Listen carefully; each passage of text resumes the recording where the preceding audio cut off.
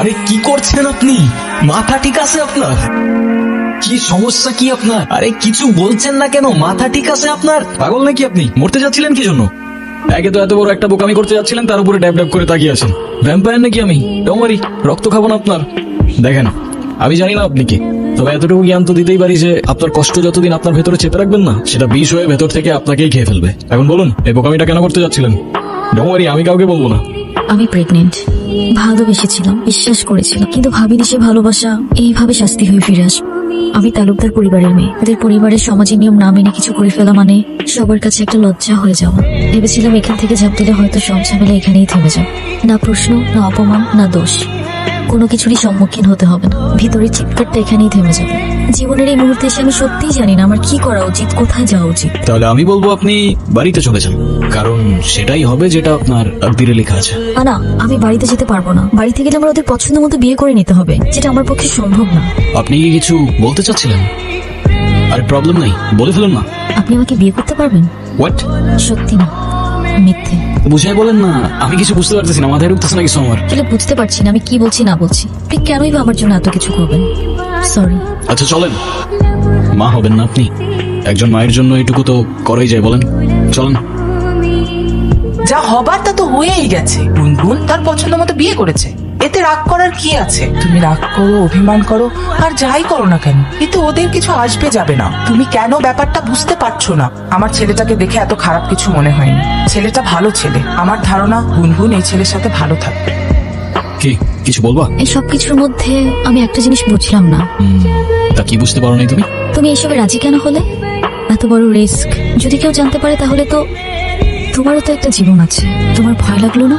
আমার জীবন তো রিস্কের উপরেই চলে, আর তাছাড়াও সবার লাইফের পূর্ণতাতেই তো কারণ না কারোর একটা ইম্পর্টেন্ট ক্যারেক্টার থাকে। তো কে জানে, হতে পারে খোদার তরফ থেকে তোমার লাইফের সেই ইম্পর্টেন্ট ক্যারেক্টারটা আমি। হতেও তো পারে না। Thank you. তোমার মতো মানুষ তাকদীরে থাকলে হয়তো জীবনটা অনেক সহজ হয়ে যেত। কি না ভাই? আচ্ছা ভাই, তো নিজেরাই পছন্দ করে বিয়ে করছো। তোমাদের প্রথম দেখা হয়েছিল কোথায়? ঢাকায়। গাজীপুর। মানে ঢাকায় গাজীপুর সাফারি পার্কে? আসলে নানু ভাই, আমি সাফারি পার্কে ঘুরতে গিয়েছিলাম, ওখানেই আতিফের সাথে আমার প্রথম দেখা হয়। সেটা তো বুঝতেই পারছি। সেখানে গিয়ে বাঘ, ভাল্লুক, হনুমান এ সমস্ত দেখার পরে আসার সময় একটা শিয়াল ধরে নিয়ে চলে এসেছিস। এই, তুই থামবি? ছেলেটা মাত্র খেতে বসেছে, তুই চুপ থাক। তা নানা ভাই, তুমি কি আমার নাতনির সাথে এক ইউনিভার্সিটিতে পড়ো? না না না ভাই। ভার্সিটি? আমার ভাগ্নি প্রাইভেট ইউনিভার্সিটিতে পড়ে। নামের সাথে শুধু খান লাগালে তো আর হয় না, পাশাপাশি বাবার ব্যাংকে মালামাল থাকা লাগে। মামা ইউনিভার্সিটিতে তো পড়িনি, তবে আমিও গ্রাজুয়েট, সফটওয়্যার ইঞ্জিনিয়ারিং শেষ করেছি। যদিও আমি বলবো না, তবে you guys can call me engineer. বাহ, বেশ ভালো। আব্বা, এই সব কিছু মিথ্যে কথা আর ধান্দাবাজি। শোনেন, ওই যে একটা কথা আছে না, নদীর পানি কিন্তু সাগরে গিয়ে মেশে, আর কুয়োর পানি সাগর তো দূরের কথা, নদীর ধারে কাছেও তো যেতে পারে না। মামা, এটা কিন্তু আপনি ভুল বললেন। সাগরের পানি যতই হোক না কেন, শেষ পর্যন্ত তৃষ্ণা মেটাতে কিন্তু আপনাকে ওই ছোট্ট কুয়োর কাছেই আসতে হয়। কি জবাব দিয়ে হয় মেরা ভাই।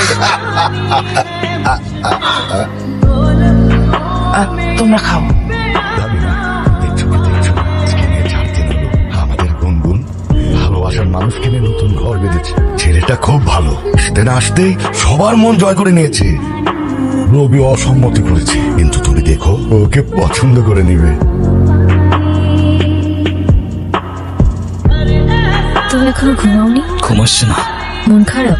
এই অভিনয়গুলো দিন দিন আমার জন্য কঠিন হয়ে যাচ্ছে। তুমি চাইলে এখনই সব শেষ করে দিতে পারো। এই মিথ্যে, এই বোঝা আর তোমাকে বইতে হবে না। এতে তোমার জন্যই ভালো। ভালো হতো, কিন্তু তোমার পরিবারের সামনে তোমার সম্মানটুকু তো আর আমি নষ্ট করতে পারবো না।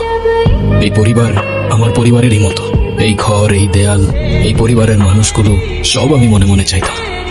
এখন সবই আছে। ওরা দুজন দু জায়গায় কেন করছে? মান অভিমান চলতেছে। এই, কে আপনি? কারে চাই? আমি রাফিজ, গুনগুনের বয়ফ্রেন্ড। বয়ফ্রেন্ড? গুনগুন, ছেলেটা কি বলছে এ সমস্ত? ও ঠিকই বলেছে, আমি গুনগুনের কিছুই না। আমাদের বিয়ে হয়নি, আর এতদিন যা ছিল তার পুরোটাই ড্রামা। গুনগুন রাফিজকে ভালোবাসে, কিন্তু ও জানতো আপনি এই সম্পর্কটা কখনোই মেনে নেবেন না, তাই ও আপনাকে কখনো বলার সাহস করতে পারেনি। যখন আপনারা গুনগুনের জন্য বিয়ে ঠিক করতে ব্যস্ত ছিলেন, ও কার সঙ্গে ভবিষ্যৎ গড়বে তা খুঁজতে ব্যস্ত ছিলেন, তখন ও লড়ছিল একা। আর ওর ভালোবাসার মানুষটাকে বোঝানোর চেষ্টা করছিল যে আমাকে বিয়ে করো, না হলে আমি অন্য কারোর হয়ে যাব। কিন্তু সেদিন সেই মানুষটা চলে গিয়েছিল, আর তার সঙ্গে অনুর ভরসাটাও হারিয়ে গিয়েছিল।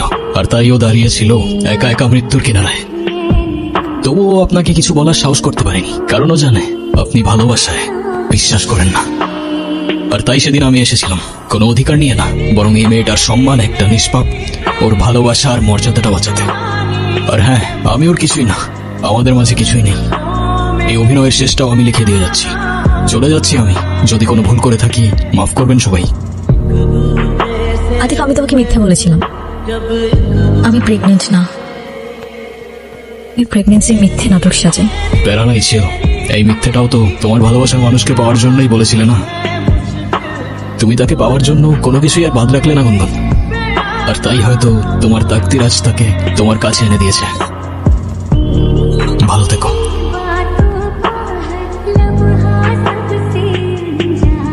সরি গুনগুন, আমার জন্য তোমার অনেক কিছুই ফেস করতে হয়েছে। তুমি চায়না থেকে চলে কেন এলে?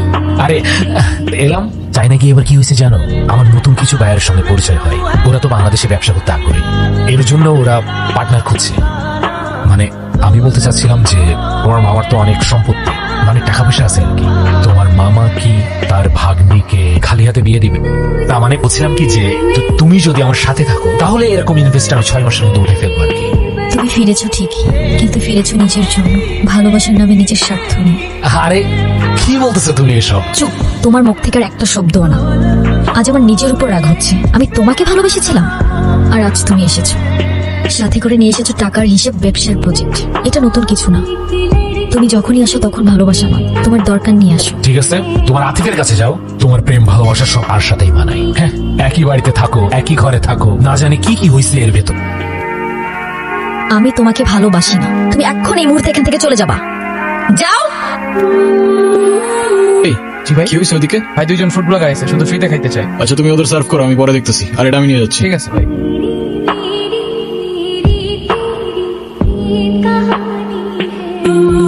তুমি এখানে? আজকে তো আমাকে কারো চোখেই পড়ছে না, অথচ এই মানুষটাই আমাকে দেখেছিল।